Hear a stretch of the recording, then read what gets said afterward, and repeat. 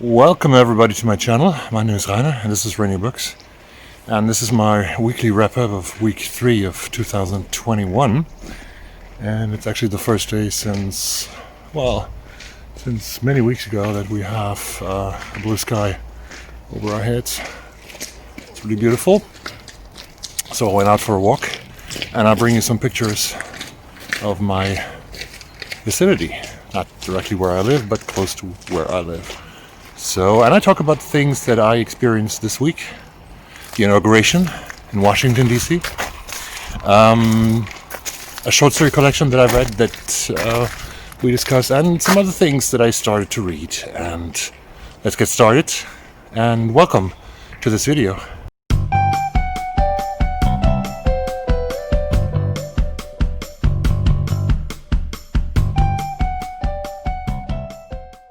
A Saturday and it's January 23rd, and it's actually the first day in weeks here in Stockholm that we have sunlight, that we can see the sky above us, the blue sky. It was so cloudy, it was so gray, it was so dark. We had snow, but it was super dark, and now it looks a lot better today on January the 23rd, actually the Saturday after the inauguration, after the nightmare ended, at least for now.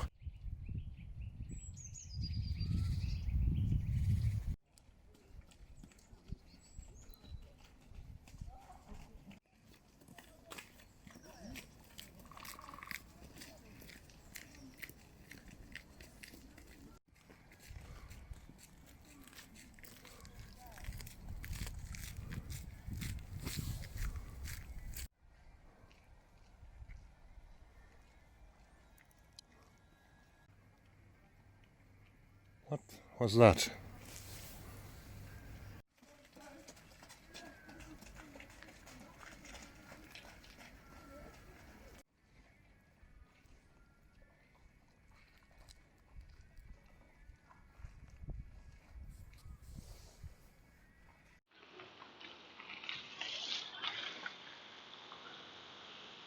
I hope that you like the scenery outside that I captured yesterday on a walk. And now I want to speak about the week that is behind us, that is behind me.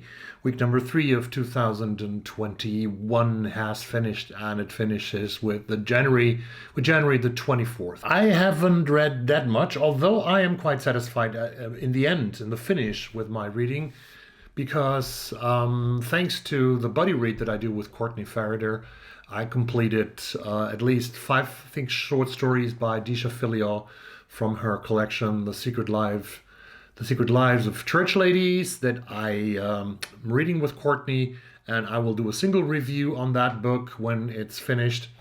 So I don't want to say so much about it, despite the fact that one story that we already talked about, Courtney and I, is called Peach Cobbler, and that was, of course, something for me, because peach, I reveal a secret about myself now, peach is my favorite fruit.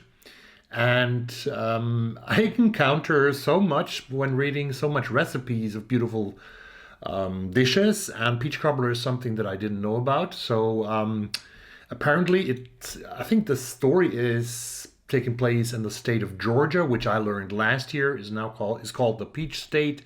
So there's a lot about peaches and about recipes, but then I looked the recipe up on the internet, and actually I saw that I'm definitely not allowed to eat peach cobbler, to try peach cobbler, because it's so much sugar, and despite the peaches, there's so much sugar to be added that it's really too dangerous for someone like me, who absolutely has to drop weight. But I like the story, and I will talk about the story and what else it contains later next week when I do the single review of that book concerning peach cobbler. Bye bye, Miss American Pie, or peach cobbler, Miss Peach Cobbler, whatever. I continue just a few pages into Andrew Marantz's nonfiction book that he published in 2018, Antisocial. I spoke about that last week. Andrew Marantz is a journalist from the New York Times, from the New Yorker, and Marantz has worked on the social media spheres that brought us President Trump, and he in the chapter that I read now, He is going to a party after the 2016 election has been won by Donald Trump. And this party is called the Deplora Ball. The Deplora Ball. And which refers to that quote by Hillary Clinton, of course, that Trump's voters, or part of Trump's voters, were a basket of deplorables. And on that party, Andrew Marantz meets an illustrious cast of characters from the alt-right and even from the far right. And one of them is the Proud Boys, co-founder of the Proud Boys, Gavin McInnes. So that's a very interesting book. Otherwise, it was super quiet on my reading front. I haven't read so much. Well, so I also read a poem last week, twice or maybe 3 times. I listened to it first and then I had to reread it a couple of times. And probably you guess what poem I'm referring to. I'm referring to 22-year-old Amanda Gorman's poem that she recited, her own poem that she recited at the inauguration of President Joe Biden and Vice President Kamala Harris in Washington, D.C. on January the 20th, on Wednesday last week. And so much weight fell from my chest, and like Stephen Colbert, who said that in the Late Show in the evening, I saw it the morning after here in Europe. Stephen Colbert said that he had cried multiple times during the inauguration, and I think I did that too, especially when I listened to Amanda and her extremely beautifully crafted words. There were some people out there in the internet, on the internet, who, and even some poets who said, well, this young lady, nice what she says here, but this is not a poem. So there was a discussion going on social media, especially from some poets. And luckily, there was one big defender, the great defender of Amanda Gorman. It's not me, because when I would say it's a beautiful poem, because I think it's a beautiful poem, then this wouldn't count much, right? I'm a booktuber, not more, not less.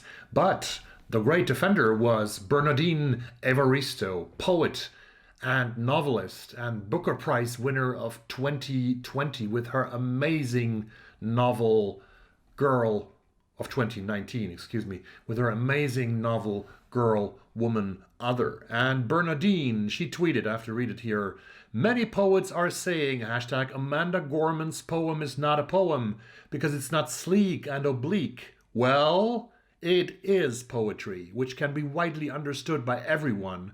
It's the perfect poem for a political inauguration. Different poetry for different audiences, right? So stop the snobbery, says Bernardine Evaristo. I loved Amanda's text. I loved her performance. I loved the way she dressed. That was so beautiful. Her personality, and so did millions of other people. And so let me finish talking about the inauguration, maybe mostly by quoting a couple of verses only from Amanda's poem that I loved so much. I could recite the whole poem. I could do it twice a day, because it not only gives America hope, it gives the whole world hope. But let me finish speaking about this with a few lines from Amanda Gorman's poem. If we merge mercy with might and might with right, then love becomes our legacy. And she finishes with beautiful words, I think, that already many of us can by heart. For there's always light, if only we're brave enough to see it. If only we're brave enough to be it.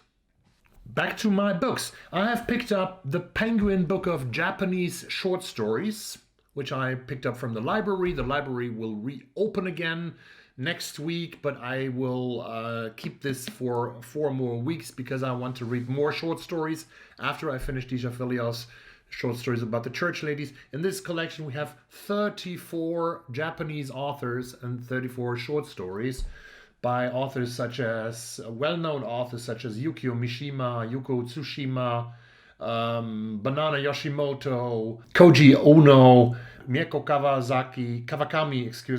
Kawakami, and Yasunari Kawabata, and lots of others in this collection. They are edited by Jay Rubin, who has edited this collection, who is, I think, 79 years old, translator from the Japanese into English, and he has translated all the novels by Haruki Murakami. So this is a great collection that I want to start, the Penguin book of Japanese short stories. I will create a TBR, a little longer TBR for the next couple of months, which will be, which I will probably keep, which I will probably hold on to 50%, like I always do, and 50% I will skip. But this TBR will give you and us the opportunity to read something together, maybe over the couple of weeks that follow. So I will do this TBR, and I will do a TBR video next week. That's one of the plans. Then I'm waiting for the information from Robert, the great Robert, who is doing the BookTube Prize, who's the host and the creator of the BookTube Prize for the third year now. He's celebrating this, I would say. And he will mail all the people who want to be jurors, who want to be judges in the first round of the fiction and non-fiction prize next week, if they are judging the first round, because apparently there's so many judges that he's not capable of placing us all in different groups. So I might have to read a couple of books that Robert is going to sort of give to me by giving me a role in the first round of the BookTube Prize, which I'm very proud and very honored to do for the very first time. We'll see how that goes.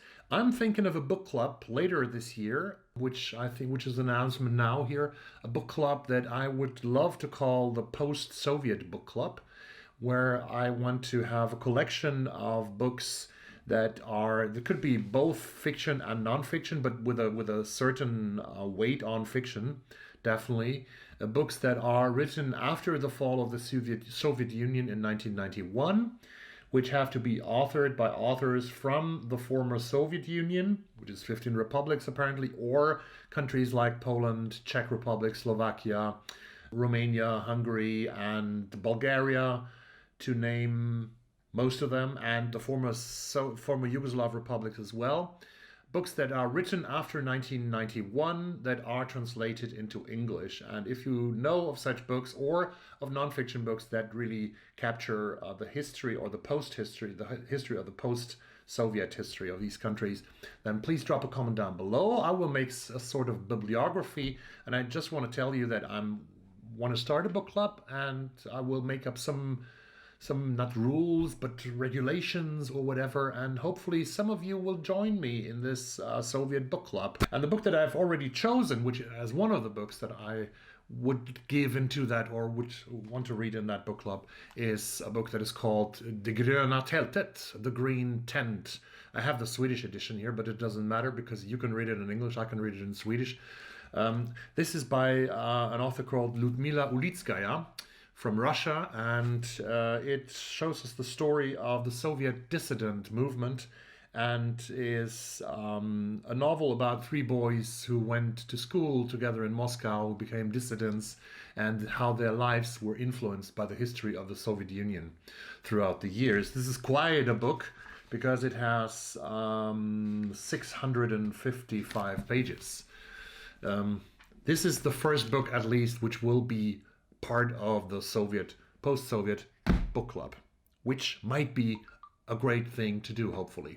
So if you are interested, join me. I have also ordered some new books. Some new books have arrived in my mailbox, and as usual, we as booktubers here on BookTube, we do book hauls when we have a bunch of new books, and I will do a book haul also over the course of the next week or 10 days. I'm still waiting for one more book to arrive, which is already announced. I think it comes tomorrow or on Tuesday, so there will be a little book haul for you, both with books to touch and with some electronic books that I have bought.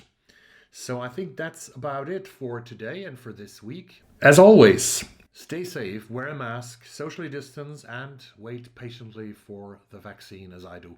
We are supposed to get it. There was an announcement this week, which I really don't believe in, because they always change, and they have problems with vaccines, with the Pfizer vaccine, as we know, because they didn't deliver as much doses as they were supposed to do, Pfizer, I mean. So, but there was an announcement that we might be able to get the vaccine here in Sweden in April. Thanks for watching. Please subscribe to my channel if you haven't done so, and see you very soon. Bye-bye.